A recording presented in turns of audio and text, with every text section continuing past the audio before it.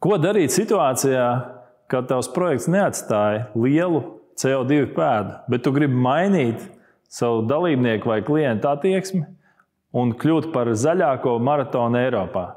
Noklausies man sarunu ar Aigaru Nordu un izdari secinājumus par to, ko mainīt savā dzīvē.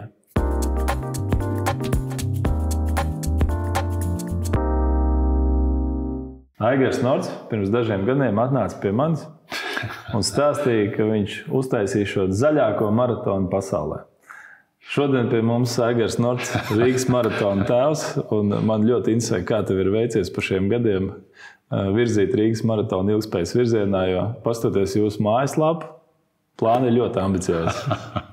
Paldies tev par šo jautājumu. Jā. Es tik tiešām atceros to sarunu, manuprāt, mēs runājām par ilgtspējīgu maratonu un noteikti kā vienu no vadošajiem zaļajiem maratoniem reģionā. Tas bija vairākas gadus atpakaļ, kad tā tēma vispār netika skarta, manuprāt, tādos lielos masu pasākumos un kurnavas skriešanas pasākumos, jo vēsturiski man liekas, ka visi pieraduši uzskatīt, ka maratons, un tas, ka tā ir Rīgas maratons, kur nu vēl vispār kaut kas zaļāks var būt, kur nu vēl zaļāks, jaukāks, pūkaināks notikums, pasākums, kas, protams, tā ir globāli ņemot, mēs to pēdu uz vidi atstājam salīdzinoši ļoti niecīgi, bet mums tas likās svarīgi, ka tā kļūst par tādu higienas sastāvdaļu rūpes par mūsu pēdu, par vidi, par kurā mēs dzīvojam, par Rīgu galā, lai viņi būtu zaļāki un tam līdzīgi. Tā kā mēs sapratām, sākam šķetināt vismaz to jautājumu. Un mēs līdz šim esam tikuši tik tālu, ka vismaz es domāju, ka mēs noteikti esam advancētākie šajā jomā savā reģionā. Es domāju, ar tām pārslietām, ko mēs darām. Man šķiet, mūsu sarunas viens no tādiem nodevumiem sabiedrībai noteikti varētu būt labas idejas visiem, kas organizē ne tikai skriešanas pasākumus, bet vispār pasmelties idejas, ko tu vari darīt labāk, jo tā ir liekas, ka it kā mēs skrienam un nekāda diži to vidi nepiesārņojam, bet no otras puses, ja paskatāmies, vienreizējie trauki, kaut kādas lietiņas, kuras iedodam, cilvēki, kas atbrauc, kā viņi atbrauc. Skaties, jūs esat izstrādājuši savu īpašu pieeju, kā jūs pieejat šīs ilgtspējas jautājumam, varbūt var pastāstīt nedaudz vairāk par to. Jā, tā doma noteikti arī bija, ka skaidrs, ka mēs, kā viens organizators, Rīgas maratona organizators, mēs varam izdarīt tikai tik un kopumā, protams, ka tas ir piliens milzīgā jūrā, bet mūsu piemērs jau ir iedvesmojis, daudz citus organizators, un ne tikai pasākumu organizators, bet baigi interesanti redzēt, ka nāk arī uzņēmumi, parunāties, kā jūs darījāt to vai darījāt šito, jo daudziem tas ir jauns, tas ir kaut kas jauns un nav kopīgi viena standarta, un attiecīgi, kaut kādā zināmā mērā mēs visi esam pie baltas lapas, bet mēs arī sapratām, ka skaidrs, ka mēs ražojam, inoformējam, izpušķojam pilsētu. Tas ir viens, loģiski, tas rada kaut kādu pēdu. Mēs ražojam tādas lietas, kā pieņemsim, kas visiem patīk, piemēram, kas ir maratona medaļas, ko katrs grib saņemt kaklā, un uzlikt un palielīties. Loģiski, ka tas arī viss rada pēdu. Mēs gal galā servējam ūdeņus trasē, kas loģiski arī rada pēdu, vai tā būtu plasmas, vai tas būtu pārstrādājums, vai vienalga. Un gal galā un pie mums brauc tūkstošiem tomēr ārzemnieku, gan dalībnieki, gan viesi, kas patiesībā to mēs vēl parunāsim uz priekšu, bet tie, kas rada to lielāko pēdu, lai atkultos uz Rīgu, lai tu šeit atbraukt, tu rada vislielāko CO2 pēdu. Tā kā tos aspektus visu salikot kopā, mēs sapratām, ka viens, mēģinām kaut kā visu tos apjomus, ko mēs ražojam, samazināt. Un te es vienkārši vēl vienu piemēru izvilkšu no aizmugures. Šis ir piemēram, mēs kopā ar Nesti taisam tādu programmu, Run for Future by Nest. Kas ir šis piemēram? Šī ir Soma oficiālā, ja tu esi maratona dalībnieks, tu tikai ar šādu somu vari nodot savus pekels startā, jo tev ir lielās biezās jakas, džempers, es nezinu, kas tu liekas kurpes vai šampaniešu pudeli, ko tu gribi finišā izdzert, tu viņu visu šādā veidā nodod. Bet tu, kā dalībnieks, vari jau reģistrēties, jau tagad atķeksēt. Es negribu tādu somu, man nebūs pekeļi, piemēram, es negribu, un mēs sakam viņam, ok, labi. Nebūtu jāmet ārā. Nebūtu jāmet ārā, mēs to neražosim. Tāds viens piemērs, bet gadu laikā mēs samazinājām to somu apjomu, kopš mēs ieviesām, pa viņam, vismaz 10 000 mazāk mēs saražojam. Tas izskatās pēc pārstrādāt polipropilēnu. Tas ir pārstrādāts. Tas arī vēl viena tāda laba tāda feature, ja, bet kopumā, teiksim, tas vienkārši viens piemērs, kā mēs varam samazināt tos apjomus. Ja. Un medaļām nākotnē, es domāju, mums būs jādara tieši tāpatām, lai cik cilvēki mīlētu medaļas, ja, viņiem iespējams reģistrējoties jau būs jātiksē. Es negribu medaļu. Varbūt digitālo, ko ielikt Facebookā, nav jāražo, nav jātērēt. Bišķi jānotiek tādai tavu prāta izmaiņai, bet īstenībā tas arī tikai nākotnes jautājums. Jā, te mēs laikam nonākam pie tā, ka mēs sapratām, ka praktiski tas apjoms, ko mēs ražojam, to savu pēdu, viņš ir salīdzinoši tomēr niecīgs. Ja? Ka lielākā skāde, ko mēs nodaram videi, ir dalībnieki starptautiskie, kas uz šeit atbrauc ar transportu vai lidmašīnām vai autobusiem, tepat no Igauniem vai tam līdzīgi. Un otrs ir, ka dalībnieki, kad viņi šeit pat Rīgas ietvaros, pieņemsim, brauc uz startu vai brauc uz Expo un tam līdzīgi. Un tas jau ir baigi interesanti. Un tad tu vari sākt ar to jau sākt strādāt. Man liekas, ka jūs bijāt ļoti drosmīgi, jo es skatījos, jūs bijāt viena no pirmajiem, kas reāli uztaisīja tādu ilgtspējas auditu. Pieaicinot arī Jāni Brizgu, kurš iespējams ir viens no tādiem lielākajiem, labāk zināmiem ilgtspējas speciālistiem. Un tad, cik es saprotu, šī audita ietvaros, jūs nonāciet pie šiem secinājumiem, kas ir tur, teiksim, pirmais rāmīts, otrais, kas ir trešais. Jā. Varbūt tur pastāstīt par šo procesu, kā jūs līdz tam nonācāt. Pats interesantākais, protams, bija iebraukt šajā vispār pēdas aprēķināšanas un procesā kā tādā, jo skaidrs, ka tie, kas viņā orientējās, tie zina, tur ir pirmais tvērums, otrais tvērums, trešais tvērums, kas tur kurā ietilpst un tam līdzīgi, bet tev kā jaunpienācējiem no malas, tas ir vienkārši Ķīnas ābets no sākuma. Un es domāju, daudziem uzņēmējiem tas iespējams pat atgrūž, un viņi nesaprot, pa ko vispār iet runē. Bet jā, ar Jāni mēs sadarbījāmies ļoti labi, viņš ir, teiksim, tā ļoti iebraucis šajā tēmā, palīdzēja mums saprast, palīdzēja ne tikai mums pašiem, bet arī mūsu grāmatvedībām un mūsu partneru grāmatvedībām iebraukt sistēmā, saprotot, kādas tieši datus vajag. Un mēs sapratām, jā, ka, lai cik tas abstrakti liktos, mēģinam vismaz saprast un izrēķināt, ja vien vispār tas ir iespējams, kas tad ir maratona pēdi. Un tad ar Jāņa palīdzību mēs nonācām pie cipara, ka Rīgas maratona pagājušā gada pēda bija 152 tonnas CO2, kas globāli, protams, ir sīki un mazi, bet viņa mums ir. Interesantākais tas, ka mēs saprotam, ka šo pēdu mēs arī būtiski nevarēsim samazināt nākamais gados, jo ārvalstnieki, kas brauks pie mums, paliks tikai ar vien vairāk un vairāk. Mēs tā gribētu. Ja. Tā kā īstenībā mēs viņu nevaram samazināt, un mēs sapratām, ka tas, ko mēs varam izdarīt, un mēs varam šo pēdu kompensēt, bet nevis tā, kā to dara rietumos, kas ir pieņemts, ka viņi to dara trešās pasaules valstīs, kaut kur Āfrikā, ieguldot kādā skaistā fondā, ka mēs izdarām to Rīgā, pie mūsu pilsētā, mūsu Rīgā, vietā, kur notiek maratons, izdarām to šeit. Un tā, man liekas, ir tāda lieta, ko es labprātu, tā kā tu teici sākumā, ja, ka mēs varam iedvesmot arī citus, lai citi dara to pašu, iegulda un kompensē šo pēdu Rīgā vai arī jebkur Latvijā vai mežos vai tā tālāk. Ja. Bet skatoties to jūsu aprēķinu, man bija ļoti interesanti paskatīties. Skatījos, bija salīdzinoši ļoti mazs apjoms, ko es pašu patērēju. Lielākais apjoms, acīm redzot, nāk no tā, kā cilvēki nokļūst uz šo maratona vietu, vai atbrauc no ārzemēm, vai tā kā teica, atbrauc uz pašu pasākumu. Man kā cilvēkam, kas pa pilsētu mēģina braukāt ar elektromašīnu, maksimāli daudz liekas, ļoti interesanti redzēja, ka salīdzinoši daudz cilvēku tomēr nāk ar kājām, viņi atbrauc ar riteni. Tad man radās sajūta, ka jūs esat gājuši cauri saviem 5 soļiem, tomēr kaut kā par šiem gadiem izglītojuši cilvēks. Vai varētu pastāstīt, kas tas, teiksim, tas jūsu mērķis 2025. gadam, kas ir jūsu tāds atskaites punkts, uz ko jūs ejat?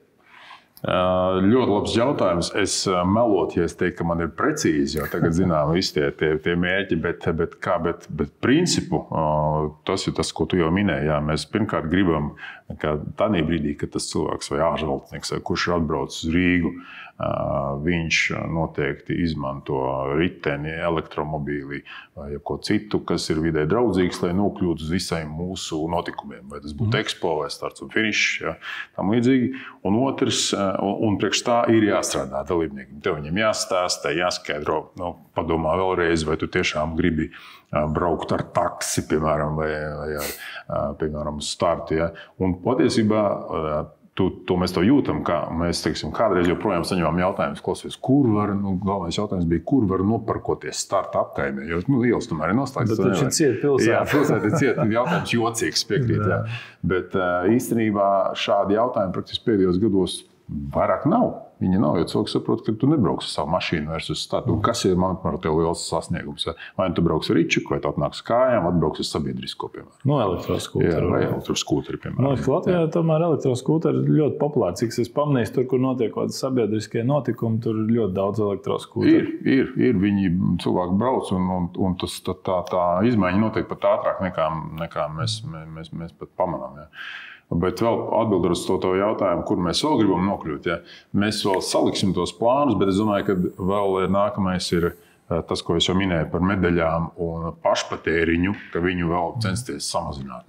Es domāju, ka brīdī, kad cilvēki pateiks, ka viņi ir mierā ar to, ka samierināties ar to, ka tev neuzskar to fizisko medaļu kaklā, bet tu saņem e-pastā, tev iekrīt tingš, mazs, es nezinu, NFT vai kaut kāds tāds digitāls apliecinājums tavam varējumam ar rezultātu. Tas jau būs arī vēl viens milzīgs solis, ja tev, teiksim, ne tik daudz varbūt tieši tā CO2 konkrēti samazinājumā, bet tieši izpratnes maiņā. Jā. Šis, man liekas, tas ļoti svarīgs elements, jebkurā procesā, ja tu būvē kaut ko jaunu, panāk, tavu klienti, tavu dalībnieki izprot šo ideju un seko viņai līdzi. Man personīgi likās ļoti saistoši tā jūsu ideja, ka pārdod dalībniekiem to, ka tev nevajag somu, tev varbūt nevajag medaļu, ka tu var atnākt ar kājām.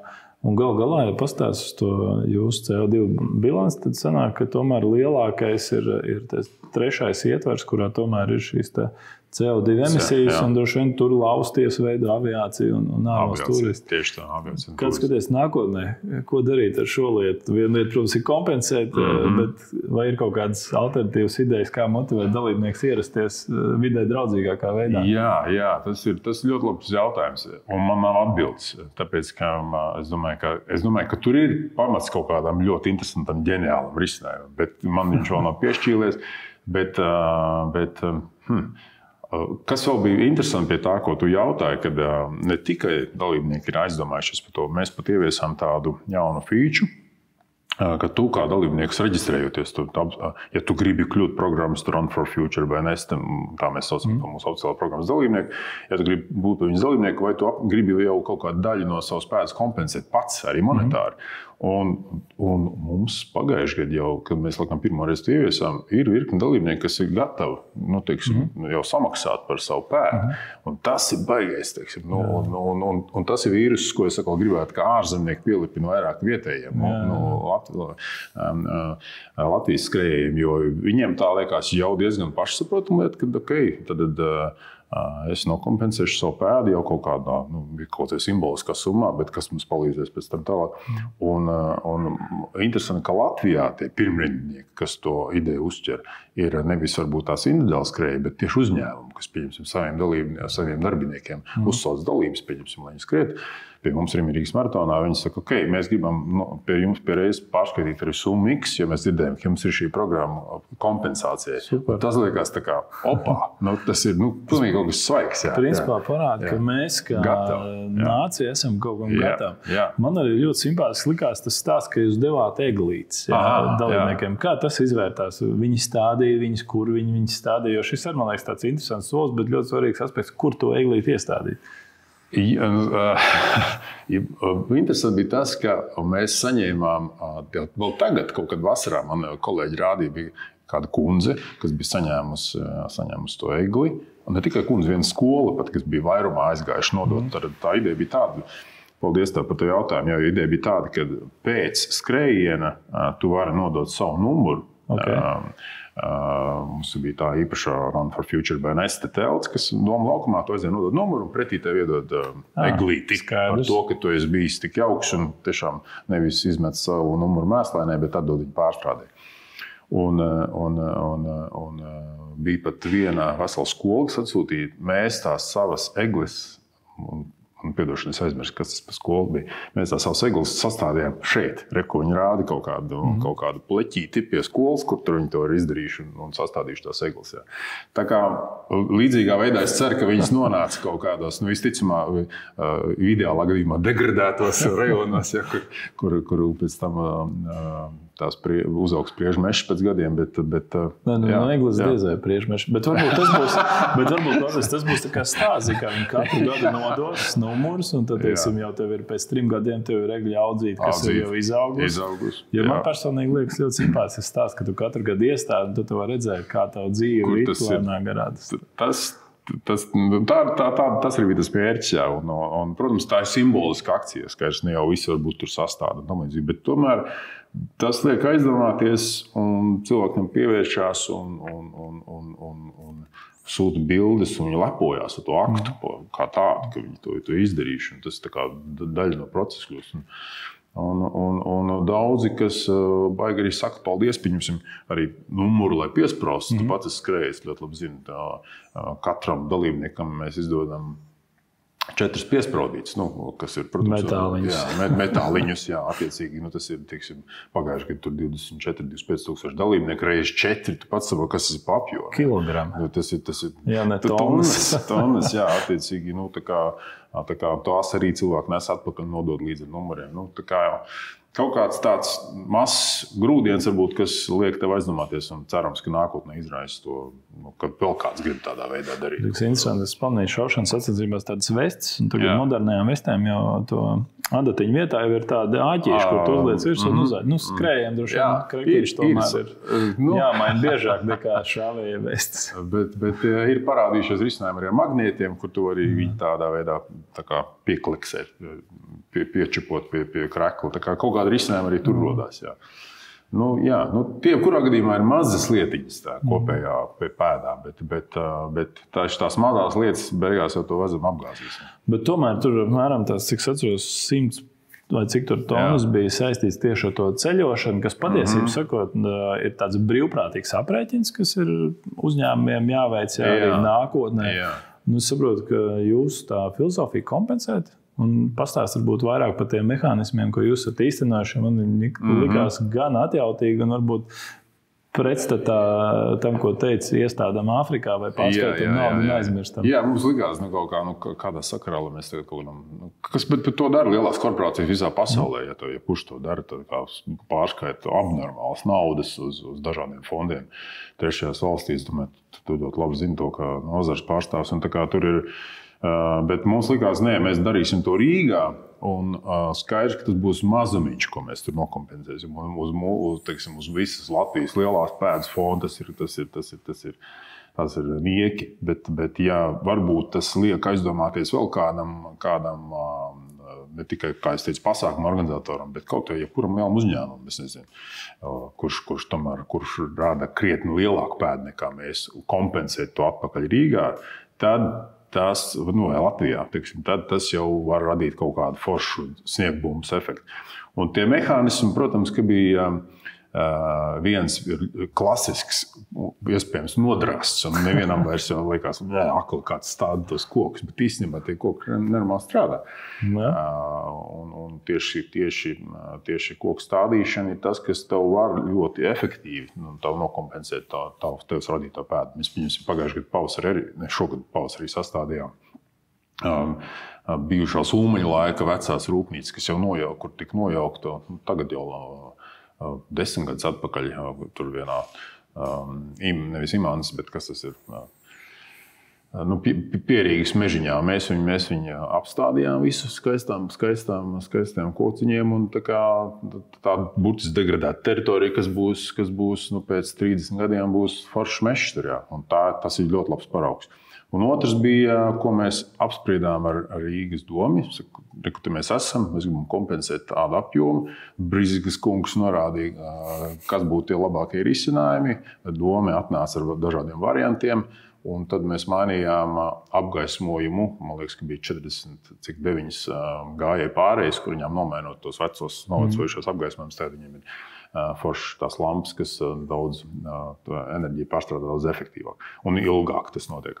Tā kā Bet, principā, jau var darīt jebko, kas ir aktuāls pilsētai, un sākot no koku stādīšanas, beidzot ar šo te gaismu risinājumu. Jā, tā gaisma man likās tiešām kaut kas ļoti inovatīvs. Man liekas, ka tāda miedarbība starp uzņēmumu un pilsētu, šis gaismekļu maiņas projekts, manuprāt, ir ļoti labs piemērs, ka tu vari izkāpt no tā tipiskā rāmja, kas ir koku stādīšana, kur mēs varam kaut ko inovatīvu, un es saprotu arī, ka šīs lampas ražo Latvijā. Jā, tā skaitā Vizulo bija to taisījuši, viņi arī piedalījās projektā. Tā kā tas man gribētos, lai tie compensēšanas akti, jo pats par sevi tas ir garlaicīgs notikums, bet ka viņš ir tomēr kaut kāds tāds, kas aizrautē. Un kā mēs jau sākumā runājam, ja viņš var piespiest kādu aizdomāties, ka bet mēs ar tā varam, tad kaut kas tur ir. Jā. Un kokus arī vajag stādīt. Tā kā viss, kas mums klausās, stādīt arī kokus, tas joprojām, lai arī nodrāstas, kā mēs teicām, bet superīgs risinājums. Vēl no tavas pieredzes šajos 2 gados, kopš jūs esat uz šī ilgtspējas ceļa, kas tavuprāt ir devis tādu varbūt uzskatām lielāko efektu no visiem tiem pasākumiem, tur maisiņi, pudeles, glāzītes. Kas tavuprāt ir tas vērā ņemamākais, kas tev liekas pašam tāda vizuāli redzama izmaiņa? Jā, labs punkts. Zini, man liekas, ka galvenais bija fakts kā tāds, ka notikums, kas visiem jau tāpat šķiet super zaļš, un ko viņi tur vispār, tas super nekaitīgs jau pats par sevi. Ja? Jo komentāri, ko mēs esam dzirdējuši internetā, ir ārkārtīgi amizanti. Bet tas fakts, ka tāds it kā pilnīgi nevainīgs un zaļš notikums, ka viņš pats jau par to domā un rēķina savu pēdu un kaut ko kompensēs. Man liekas, ka tas ir fakts, kas daudziem līdzis uzraukt tā kā uzvedas un tā kā aizdomāties. Ja jau šitie mazie, tiešām mēs esam, kas mēs esam uz pasaules fona, ja viņi par to domā, tad kaut kam tur ir jābūt. Jā. Man liekas, ka tas ir tādu, un par ko laikam man arī lielākais lepnums būtu, ka tas varbūt ir tāds labākais iegūms no tā visa, jo tādu praktiski mēs varēsim just pēc gadiem, es tiešām varēšu teikt, kā visi mums tur nes numurus atpakaļ nodot uz pārstrādāšanu visām tām, vai tur arī vairs uz ekspo neviens nebrauc tiešām ar taksi un ar mašīnu nebrauc, vai tur, neviens vairs savus medaļas nepieprasa cietā formā, tas būs, ko mēs redzēsim pēc gadiem, bet tagad tādā attieksmes maiņā tieši tas pats fakts, ka masas kā pilnīgi nevainīgs notikums sāk domāt par tādām lietām. Man kā pārstrādes industrijas pionierim varētu teikt, man liekas, ļoti svarīgi. Vismaz tas, ko es redzēju vizuāli, bija tas pirmais solis, ka jūs pārgājāt no ūdens glāzītēm uz pudelēm. Man liekas, tas bija tāds ļoti liela vizuāla pārmaiņa, jo tās glāzītes, tad viņas tur sagāžās, tad vējš uzpūš, viņas mētās, tomēr pāriešana uz pudelēm, man liekas, bija tāds, kā skrēja to uztvēru, kā viņi tad var padzerties, nav tur ātrais hopi, ir tagad kaut kāds cits dzeršanas mehānisms. Vieniem patīk labāk, vieniem sliktāk, jā, bet es to piekrītu, ka viņš ir tāds simbolisks, pirmais tāds signāls,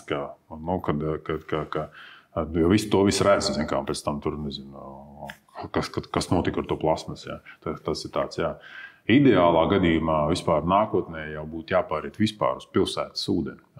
Tas ir tas, arī variants, ko mēs esam apsprieduši, domājuši, kā to darīt, jo Rīgā ir brīnišķīgs dzeramais ūdens, viņam nav vispār nekādas vainas, un tas būtu nākamais solis viņu pildīt. Un vēl pēc tam nākotnē, ka katrs pats to mēs skrienot, mums ir katram savs daudzreiz lietojamais pudelīti, ko mežā jau var izdarīt, bet pilsētā to vienkārši grūtāk izdarīt. Mēs vienkārši katrs atnāk ar savu pudeli, jau līdz ar ūdens mēs noskrienam. Skaidrs, ka elitē vai ātriem skrējiem to grūtāk izdarīt, bet mums parastajiem. Bet, es piefiksēju, ja es skrienu, man kaut kur ir tā pudelīte, tad tev vienkārši pēc 5 kilometriem tas disbalans organismā, tad vai nu rokā, tad gurnā. Tas varbūt liekas smieklīgi, bet es tev tas kilograms vai puskilograms ūdens, viņš sāk traucēt kaut kādā brīdī. Un šādas lietas, jau, protams, cilvēkiem liekas, es taču ātrs skrējējis, man tur vajag, es skaties, tur nesīšu viņā, bet gan jau nākotnē arī to uztvers normāli. Kā es teicu, elite, tiem vajag iet ātri, bet tādam, kas tik lēns, kā es, man vispār ir nav. Protams, un vēl viens jautājums, bet jums bija tāds, varētu teikt, moderns vārds Plogings? Kā jums iet ar plogingu? Jo tas ir viens no maniem mīļākajiem sporta veidiem. Forši, ka tu esi viņus iefiksējuši. Jā, bija jauns tāds sporta veids. Cilvēks skatījās uz mums kā uz ērmiem no sākumiem. Bet īstenībā tiem, kas nezina, plogings tas ir atkritumu vākšana skrienot. Ko tas nozīmē, ka mēs visi sanākam kopā? Mežparks ir laikam bijis populārākā vieta, ka sanākam visi kopā. Aiziet, starts treniņa režīmā, pa takām, pa visurien izskrienam un pa ceļam, ko katrs var savākt, to savācam. Un pēc tam pie tās sūdu čupas beigās arī visi nofotografējamies. Tā kā, bet viņš ir, kā jau es teicu, latvieši kūtri varbūt sākumā neuztver ideju, bet kopumā forši aizgāja un patika un beigās visiem bija jautri. Man liekas, mūsu sarunas tāds mazais rezumē, principā, ja tev ir ideja, ja tev par to deg acis, un, kā saka, tu nepārdzīvo par to, ko domās pārējie, tad īstenībā kopīgi var izdarīt tiešām fantastiskas lielas lietas. Jā. Tieši tā. Tā kā galvenais tikai kustināt, un ja, kā jūs teicu, ja nākamajos gados mums pievienosies ne tikai citi eventi, bet arī lieli Latvijas uzņēmumi, mēs būsim sajūsmā. Ko es ceru, tā ir laba ziņa mūsu klausītājiem. Klausieties Aigara pieredzi un cerams arī jūsu pasākumi un vispār attieksmi pret dzīvi kļūs zaļāk un ilgspējīgāk. Tieši tā. Jā. Paldies tev!